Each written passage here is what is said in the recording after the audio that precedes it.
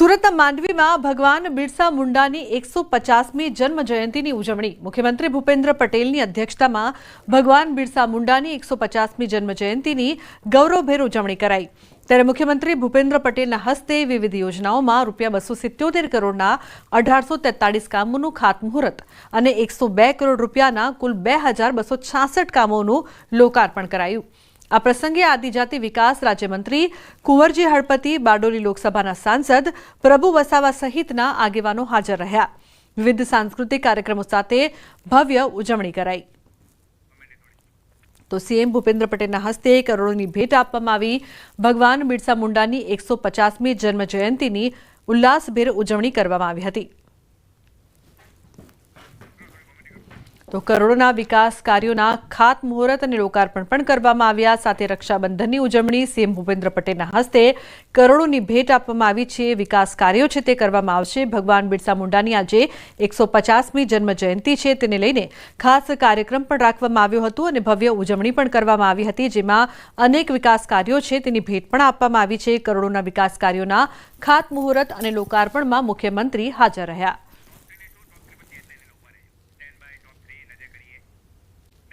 ખેડા જિલ્લાના યાત્રાધામ ડાકોરમાં દરેક પૂનમનું વિશેષ મહત્વ હોય છે અને આ પૂનમે રણછોડ રાયજીના દર્શન કરવા ભક્તો દૂર દૂરથી આવતા હોય છે। આજે શનિવારે શ્રાવણી પૂનમે ભક્તોનો ભારે ધસારો જોવા મળી રહ્યો છે। ભક્તોનો સવારથી જ ઘોડાપુર ઉમટ્યું છે, જેના પગલે મંદિરમાં ભગવાનનો જયઘોષ થતાં વાતાવરણ ભક્તિમય બની ગયું છે। વહેલી સવારે મંગળા આરતી બાદ દર્શનાર્થીઓ સહિત શ્રદ્ધાળુઓનો આજે વધારે ધસારો જોવા મળ્યો છે। આ તરફ ડાકોર મંદિરમાં રક્ષાબંધનના પર્વની ધામધૂમપૂર્વક ઉજવણી થઈ। ભગવાનને પણ રાખડી બાંધી, જેમાં સવારે 5:15 વાગે મંગળા આરતી કરવામાં આવી હતી, જે બાદ રાજા રણછોડને રક્ષા મુહૂર્તમાં 9:20 વાગે રાખડી બાંધવામાં આવી।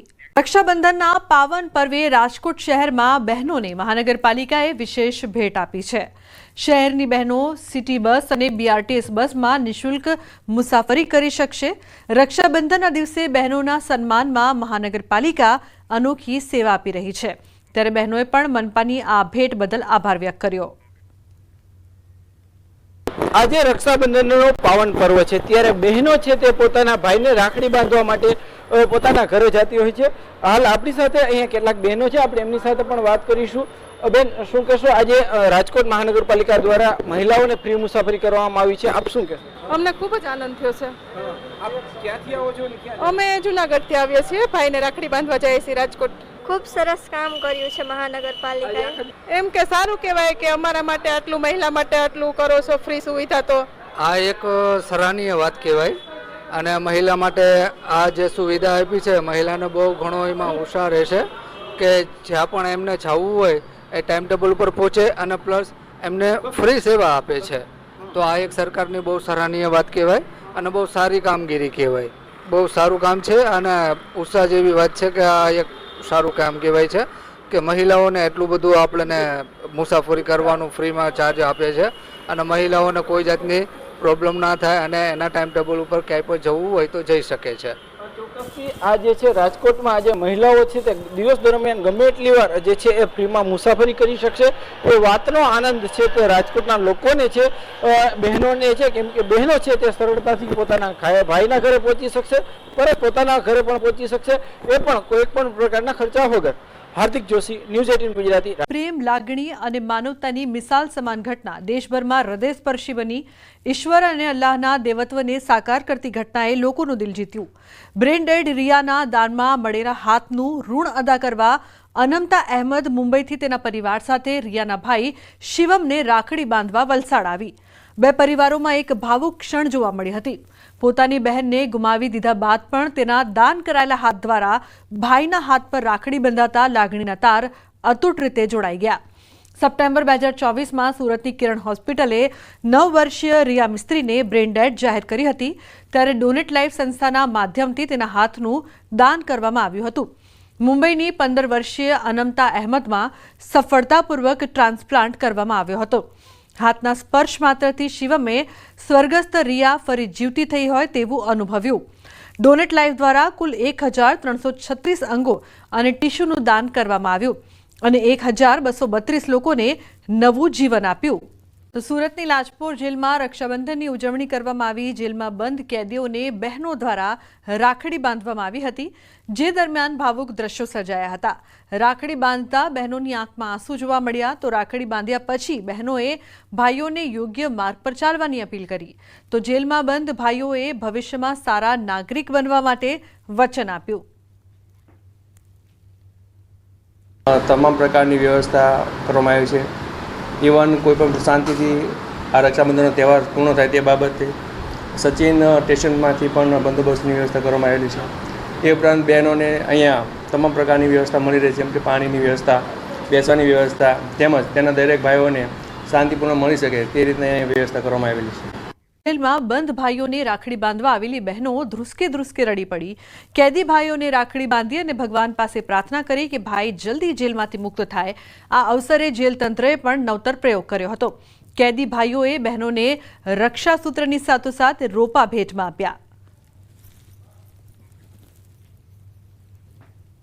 જે રક્ષાબંધનનો તહેવાર છે અને અત્યારે હું અહીંયા જેલમાં છું અને મારી બહેનો અહીંયા રાખડી બાંધવા આવે છે અને અમને રાખડી બાંધે છે અને અમારે અહીંયા દેવા માટે કોઈ વસ્તુ ભેટ નથી। એના રૂપે જેલ પ્રશાસન દ્વારા અમને અત્યારે છોડ એક આપે છે અને અમારી બહેનને અમે એ છોડ આપીએ છીએ અને અમારી બહેનને અમે એવું કહીએ છીએ કે આ ઘરે જઈને તમે આંગણાની અંદર રોપજો અને એ જોઈને અમારી બહેન રાજી રહે છે કે મારા ભાઈએ આ અમને રક્ષાબંધન નિમિત્તે અમને ગિફ્ટ આપેલી છે। હું મારા ભગવાનને એટલી જ પ્રાર્થના કરું છું કે મારા ભાઈને જલ્દી ને જલ્દી છોડીને લઈ આવે ઘરે। અમારા ઘર પરિવાર બધા એની જ રાહ જોવે છે કે મારે ભગવાનને માતાજીની દે 10 ભાઈઓ છે, એમાં એક જ હાજર નથી। એટલે હું ભગવાનને કહું છું કે ભગવાન આવથી બેનના ભાઈને કોઈ દી દૂર ન રાખશો, કોઈ દી આવી ભૂલ કોઈના ભાઈ આવું થાય નહીં। અને ભગવાનને કહું છું કે એને જલ્દી ને જલ્દી છૂટો કરીને જ લઈ આવે। બંદીવાનોની સગી બહેનો બંદીવાન ભાઈઓને રાખડી બાંધી અને ધન્યતા અનુભવતા હોય છે બંને ભાઈ બહેન। વૃક્ષારોપણને પ્રોત્સાહન આપવાના ભાગરૂપે એક રોપો ભાઈ તરફથી બહેનને રાખડી બાંધતી વખતે આ ભેટમાં આપે એવું પણ આયોજન કરવામાં આવેલ છે। 600 થી 700 બંદીવાનોની બહેનોએ પોતાના બંદીવાન ભાઈને રાખડીઓ બાંધી અને ધન્યતા અનુભવેલ છે। આજે રક્ષાબંધનનો પર્વ છે ત્યારે રાજકોટ મધ્યસ્થ જેલમાં પણ રક્ષાબંધનના પર્વની ઉજવણી થઈ રહી છે। આપ દ્રશ્યોમાં જોઈ શકો છો કે બહેન છે તે પોતાના ભાઈને રાખડી બાંધી રહી છે, જે છે ભગવાનને પણ પ્રાર્થના કરી રહી છે ભાઈ બીજી વખત આવી રીતના જે છે કોઈ ગુનામાં ન સંડોવાય, તેમને કોઈ સજા ન થાય એટલા માટે પ્રાર્થના કરી રહી છે। તો બીજી તરફ આ વખતે એક નવતર પ્રયોગ પણ હાથ ધરવામાં આવી રહ્યો છે। ખાસ કરીને જ્યારે ભાઈને જે છે એ ભાઈ તરફથી બેનને કંઈક ને કંઈક સોગાદ આપવામાં આવતી હોય છે, ત્યારે આ વખતે એક વૃક્ષનો જે રોપો છે તે બેનને ભેટમાં આપવામાં આવી રહ્યો છે અને અત્યારે ઉજવણી કરવામાં આવી રહી છે। આપ દ્રશ્યોમાં પણ જોઈ શકો છો કે જે એક બેન છે તે પોતાના ભાઈને રાખડી બાંધી રહી છે। અત્યારે જે રીતના રક્ષાબંધનના પર્વની જે ઉજવણી છે તે રાજકોટ મધ્યસ્થ જેલમાં થઈ રહી છે। બહેનો છે તે રાખડી બાંધી રહ્યા છે અને અહીં કેટલીક જગ્યાએ ભાવુક દ્રશ્યો પણ જોવા મળી રહ્યા છે। હાર્દિક જોશી, ન્યૂઝ 18 ગુજરાતી, રાજકોટ। રાજ્યમંત્રી હર્ષ સંઘવીના અધ્યક્ષ સ્થાને નવસારીના વાંસદા ખાતે ભગવાન બિરસા મુંડાની 150મી જન્મ જયંતિની ઉજવણી કરાઈ, જેમાં હર્ષ સંઘવીના હસ્તે આદિજાતિના 10 લાભાર્થીઓને 9.86 લાખની વિવિધ સહાય અપાઈ। 12 નાગરિકોને પ્રશસ્તિપત્ર આપી સન્માનિત કરાયા હતા। હર્ષ સંઘવીએ રક્ષાબંધનના પવિત્ર દિને આદિજાતિ બહેનોને અનુરોધ કર્યો હતો કે સમાજમાં બનતા ગુના, શોષણ કે કોઈ કુપ્રથાઓને નાથવા જાગૃત નારી તરીકે ગુજરાત પોલીસનો સાથ આપો, જેથી ગુનાખોરી અટકાવી શકાય। હર્ષ સંઘવીને સ્થાનિક આદિજાતિ બહેનોએ રાખડી બાંધી રક્ષાબંધનની ઉજવણી કરી હતી। બાળકોના ભણતરથી લઈને બાળકીઓના લગ્ન સુધી અને એ જ દીકરીઓના લગ્ન પછી એમના સપના સાકાર થઈ શકે, પરિવારને ઘર માટે, એમની સારવાર માટે આ તમામ પ્રકારની જે સરકારની યોજનાઓ છે એ યોજનાના અનેક લાભાર્થીઓને આજે આ કાર્યક્રમમાં લાભ બી આપવામાં આવ્યો છે। ચાંદખેડા વિસ્તારમાં સંગઠન સર્જન અભિયાન બેઠક દરમિયાન આ ગંભીર ઘટના બની। મહિલા કોર્પોરેટર રાજશ્રી કેસરીએ પોતાના પિતા સાથે મળી વોર્ડ પ્રમુખ અમિત પટેલને લાફો ઝીક્યાનો આક્ષેપ છે। અગાઉ પણ એક મહિલા કોંગ્રેસ પ્રમુખના મારપીટના કેસ સામે આવ્યા હતા અને હવે ફરી એકવાર મહિલા કોર્પોરેટર વિવાદમાં છે। આ મામલે વોર્ડ પ્રમુખ અમિત પટેલે ન્યૂઝ 18 સાથે ખાસ વાતચીત કરી હતી.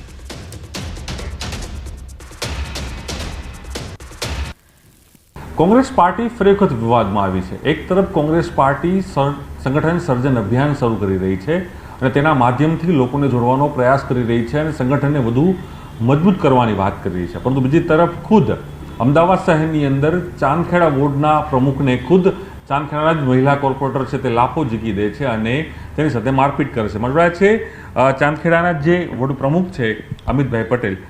અમિતભાઈ પટેલ, આખી ઘટના શું હતી, ક્યારે આ ઘટના બની છે અને આપણી સાથે શું એ દુર્વ્યવહાર છે આપણી સાથે કરવામાં આવ્યો છે, કયા વ્યક્તિએ કર્યો છે આપણી સાથે?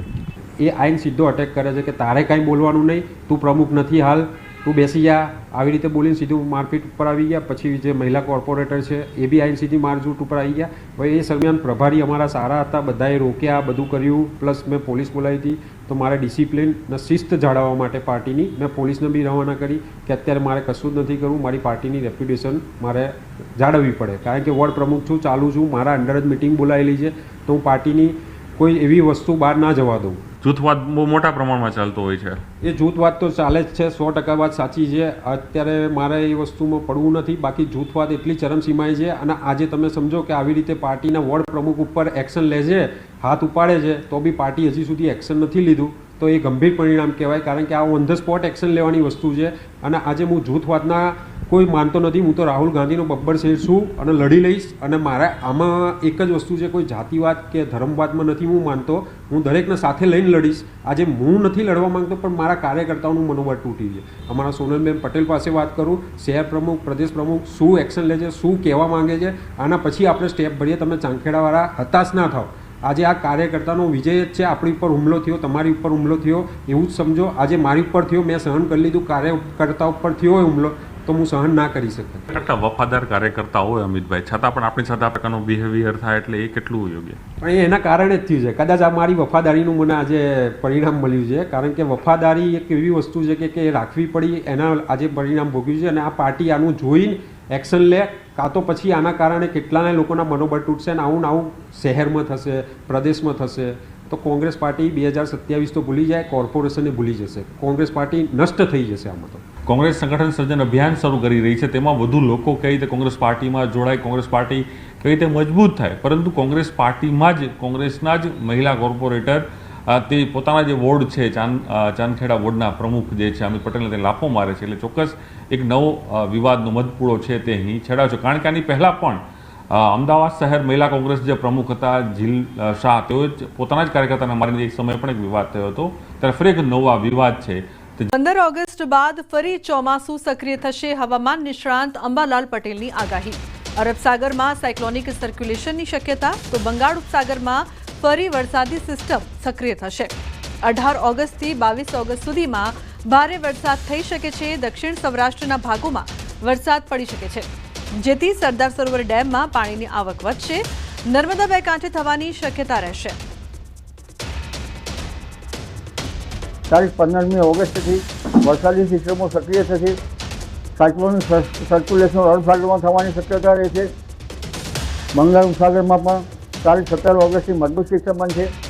એટલે અરબ સાગરની સિસ્ટમના કારણે તારીખ 19, 20, 21, 22માં દક્ષિણ સૌરાષ્ટ્રના ભાગોમાં ભારેથી અતિભારે વરસાદ થવાની શક્યતા રહે છે. આ ઉપરાંત 17 ઓગસ્ટવાળી સિસ્ટમ લગભગ 19, 20માં મધ્યપ્રદેશ અને ગુજરાતના ભાગોમાં આવતા ગુજરાતના કેટલાક ભાગમાં ભારેથી અતિભારે વરસાદ થવાની શક્યતા રહે છે. સરદાર સરોવર ડેમની પાણીની સપાટી વધવાની શક્યતા રહે છે. અને આ વરસાદના કારણે કેટલીક નદીઓમાં પૂરની સ્થિતિ પણ રહેવાની શક્યતા રહે છે. મહીસાગર, વડોદરા, ગાંધીનગરમાં પડશે ભારે વરસાદ. ભરૂચ, જંબુસર, નવસારી, સુરતમાં ભારે વરસાદ પડશે. તાપી નદીનું જળસ્તર વધવાની શક્યતા રહેશે. દક્ષિણ ગુજરાતમાં ભારે વરસાદની શક્યતા. સાબરકાંઠા, પંચમહાલ, કચ્છમાં ભારે વરસાદની સંભાવના.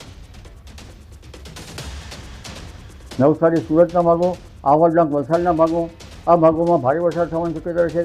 કેટલાક ભાગમાં ભારેથી અતિભારે વરસાદ થવાની શક્યતા રહેશે. તાપી નદીનું જળસ્તર પણ વધવાની શક્યતા રહેશે.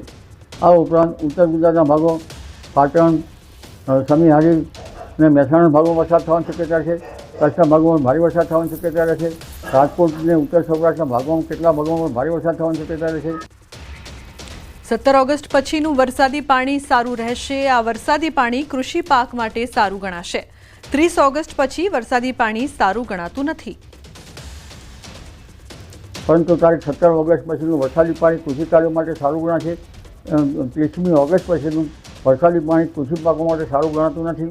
એટલે ખેડૂત ભાઈઓ કૃષિ કાર્યો ખરાબ થઈ કરવા સારા નહીં.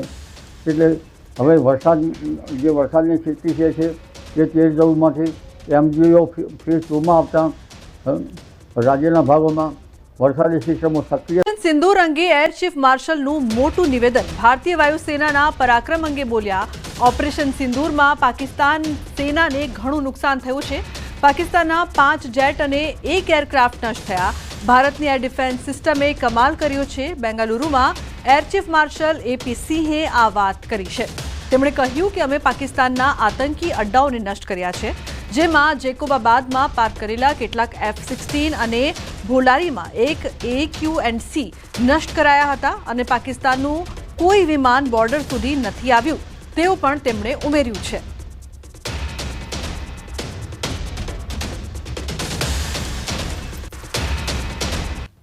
So here you can see the damage, which is of course not coming out very clear in this, but other pictures, here these two buildings, you can see the damage much clearly.